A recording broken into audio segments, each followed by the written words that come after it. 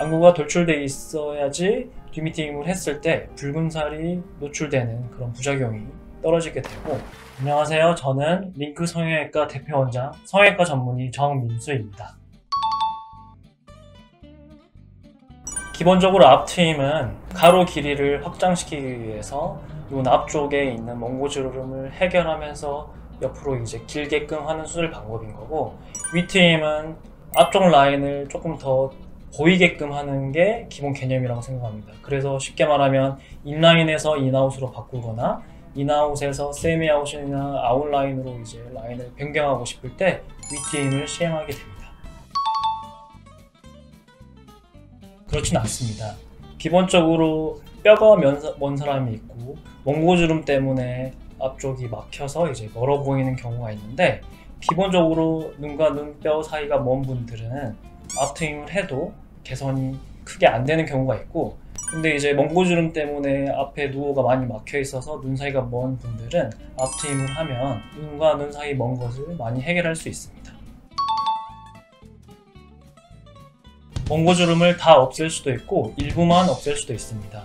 기본적으로 눈 사이가 먼데 몽고주름이 심한 분들은 앞트임을 하는 경우가 몽고주름을 해결하려고 하는 건데, 눈 사이가 멀어야지 앞을 많이 틀 수가 있는데 그러면은 몽고주름을 다 해결할 수 있지만, 눈과 눈 사이가 좁은 분들은 몽고주름을 해결하고 싶어도 앞으로 틀 공간이 많이 있지 않기 때문에 일부만 이제 없앨 수 있는 거죠. 그래서 결국은 몽고주름을 다 없애고 싶은 분들은 기본적으로 눈 사이가 멀었을 때 몽고주름이 다 해결될 수 있다고 생각합니다.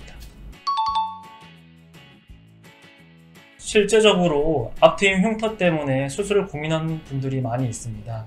환자분들이 생각하는 앞트임 흉터는 첫 번째, 실질적으로 이제 절개창이 생기는 이제 앞트임 흉터, 또 두 번째, 앞트임을 너무 과하게 했을 때 앞쪽에 있는 누오가 많이 노출돼서 그것 때문에 징그럽다고 생각하는 경우가 많이 있어요. 그럴 때 이제 기본적으로 앞트임 흉터를 이제 덜해 보이게끔 하기 위해서는 수술 방법을, 흉터가 이제 덜 남는 수술 방법을 택해야 되는 거고, 예전에 비해서 이제 절개창이 이제 많이 들어가지 않는 수술 방법들이 많이 개발되어 있기 때문에 그런 방법으로 수술하시면 실질적인 절개창이 가지고 있는 앞트임 흉터는 크지 않을 거라 생각이 되고, 두 번째로 이제 누오가 많이 보이게 돼서 티가 나는 앞트임 흉터 같은 경우에는 수술자가 환자분에 맞춰서 누오가 많이 보이지 않은 적당한 범위 내에서 트임을 하게 되면 흉터가 심하게 보이지 않는 수술 방법을 할 수 있습니다.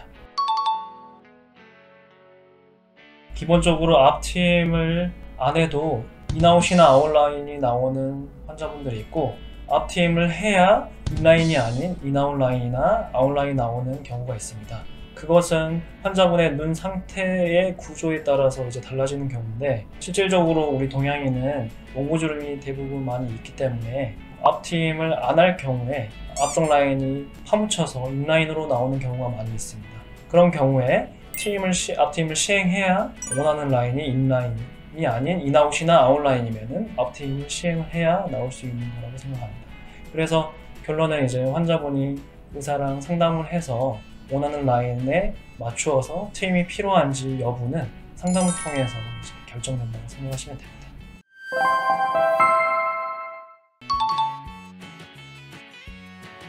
뒷미트임을 할 때 생기는 부작용이 뒷트임을 너무 많이 터가지고 안에 붉은 속살이 노출되는 경우나, 밑트임을 너무 과하게 했을 때 눈동자가 떠있게 되는 이제 메롱 모양의 이제 그런 어색한 느낌의 모양이 나올 수 있습니다. 그런 경우를 이제 방지하려면 기본적으로 수술할 환자의 눈 상태를 잘 고려를 해야 되는데, 부작용이 안 생기는 범위 내에서 수술을 시행했을 경우에 이런 부작용을 피할 수 있게 됩니다.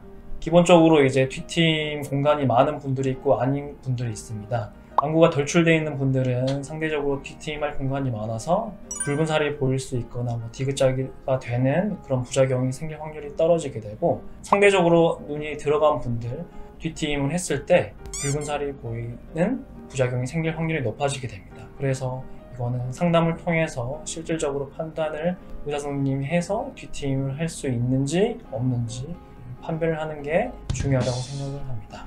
그리고 밑트임 같은 경우에도 가로가 이제 긴 분들은 밑트임을 적당히 했을 때 눈이 아름답게 이제 형성될 수가 있는데, 가로가 짧은 분들은 밑트임을 과하게 했을 경우에는 눈도 삼배간처럼 떠 보이게 되고, 그리고 이제 위아래로 사탕처럼 땡그란 모양의 이제 느낌이 나기 때문에 이런 분들은 조금 밑트임만 시행하는 수술 방법은 조금 피해야 할 것 같습니다.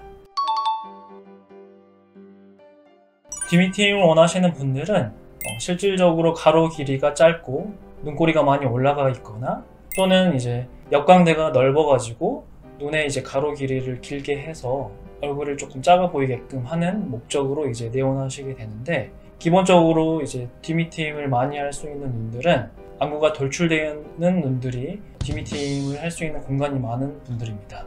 안구가 돌출되어 있어야지 뒤밑트임을 했을 때 붉은 살이 노출되는 그런 부작용이 떨어지게 되고, 그 이유는 눈 바깥쪽에 있는 인대를 뼈막에, 눈 바깥쪽 안압을 바깥쪽에 있는 뼈막에 이제 고정시키게 되는데, 눈이 들어가 있는 눈들은 그렇게 고정을 했을 때 안에 붉은 살이 노출되는 경우가 생기기 때문에 실질적으로 튀어나온 눈보다는 들어간 눈들이 이제 부작용이 생길 확률이 높아서 그거를 잘 고려를 해서 상담을 통해서 수술 여부를 진행해야 됩니다. 뒤밑트임을 시행했을 경우에 제일 흔한 부작용으로 결막 충혈과 결막 부종이 생길 수 있습니다. 환자분들마다 생기는 경우도 있고 안 생기는 경우도 있는데, 생기는 경우에 하루 이틀 지나고 이런 부작용들이 사라지는 경우도 있고, 어떤 분들은 결막 충혈과 결막 부종이 한 달 이상 가는 분들도 계십니다. 이거는 이제 케이스 바이 케이스이기 때문에 생길 수도 있고 안 생길 수도 있다고 생각하시면 되는데, 이런 결막 충혈과 부종이 생기는 원인은 수술을 하게 되면 미세한 혈관들이 손상을 받을 수밖에 없어서 그런 경우에 결막 충혈이 생길 수도 있고, 거기에다가 이제 눈 구조 자체를 바꾸는 수술이기 때문에 압력 변화에 따라서 림프의 순환이 덜 되면서 결막 부종이 생기는 경우가 있습니다.